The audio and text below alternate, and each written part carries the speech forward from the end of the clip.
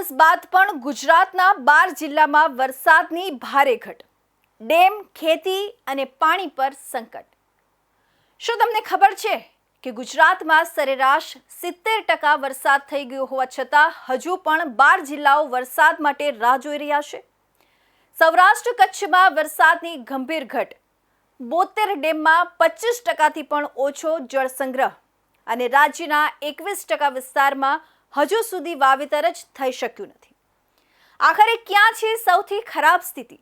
ખેડૂતો માટે કેટલી મોટી ચિંતા છે અને હવે હવામાન વિભાગ શું કહી રહ્યું છે? ચાલો જાણીએ આ વિશેષ અહેવાલમાં।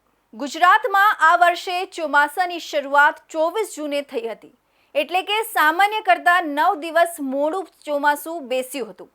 હવે ચોમાસાના 43 દિવસ પૂર્ણ થઈ ચૂક્યા છે અને રાજ્યમાં સરેરાશ 25 ઇંચ જેટલો વરસાદ નોંધાઈ ચૂક્યો છે। કાગળ પર રાજ્યનો સરેરાશ વરસાદ સારો દેખાય છે, પરંતુ વાસ્તવિક સ્થિતિ ઘણી અલગ છે, કારણ કે રાજ્યના 12 જિલ્લાઓમાં હજુ પણ સરેરાશ કરતાં ઓછો વરસાદ નોંધાયો છે।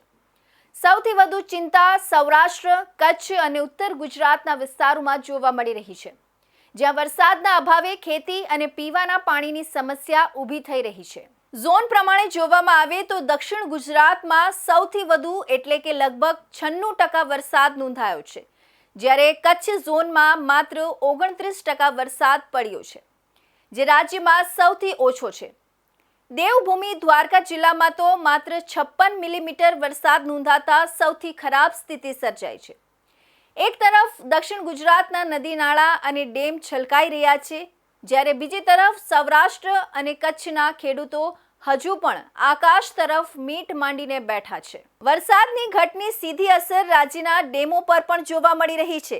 ગુજરાતના કુલ 207 ડેમમાંથી અત્યાર સુધીમાં માત્ર 26 ડેમ ઓવરફ્લો થયા છે, જ્યારે 72 ડેમ એવા છે જેમાં 25% કરતાં પણ ઓછો જળ સંગ્રહ છે। જો કે એક મોટી રાહત એ છે કે રાજ્યની જીવાદોરી ગણાતા નર્મદા ડેમમાં લગભગ 79.20% પાણીનો જથ્થો ઉપલબ્ધ છે, જેના કારણે અનેક શહેરો અને ગામડાઓને હાલ પૂરતો રાહત મળી રહી છે। વરસાદની અછતનો સૌથી મોટો ફટકો ખેડૂતોને પડ્યો છે। રાજ્યમાં કુલ 85.30 લાખ હેક્ટર વિસ્તારમાં વાવેતર થવાનું હોય છે, પરંતુ 5 ઓગસ્ટ સુધીમાં માત્ર 67.47 લાખ હેક્ટર વિસ્તારમાં જ વાવેતર થઈ શક્યું છે, એટલે કે હજુ પણ આશરે 21% વિસ્તાર વાવેતરથી વંચિત છે। જો આગામી દિવસોમાં સારો વરસાદ નહીં પડે તો પાક ઉત્પાદન પર તેની ગંભીર અસર જોવા મળી શકે છે। ખેડૂતો માટે હવે દરેક વરસાદી સિસ્ટમ આશાનું કિરણ બની ગઈ છે। હવામાન વિભાગની આગાહી પણ ચિંતાજનક છે। આગામી 7 દિવસ દરમિયાન રાજ્યમાં ક્યાંક ભારે વરસાદની શક્યતા વ્યક્ત કરવામાં આવી નથી, માત્ર છૂટાછવાયા વિસ્તારોમાં હળવાથી મધ્યમ વરસાદ પડી શકે તેવી શક્યતા છે, એટલે કે જ્યાં વરસાદની ભારે ઘટ છે ત્યાં હાલ તાત્કાલિક કોઈ મોટી રાહત મળવાની સંભાવના ઓછી દેખાઈ રહી છે। એક તરફ દક્ષિણ ગુજરાતમાં વરસાદે જળાશયો ભર્યા છે, તો બીજી તરફ સૌરાષ્ટ્ર, કચ્છ અને ઉત્તર ગુજરાતના અનેક જિલ્લાઓ આજે પણ વરસાદની રાહ જોઈ રહ્યા છે।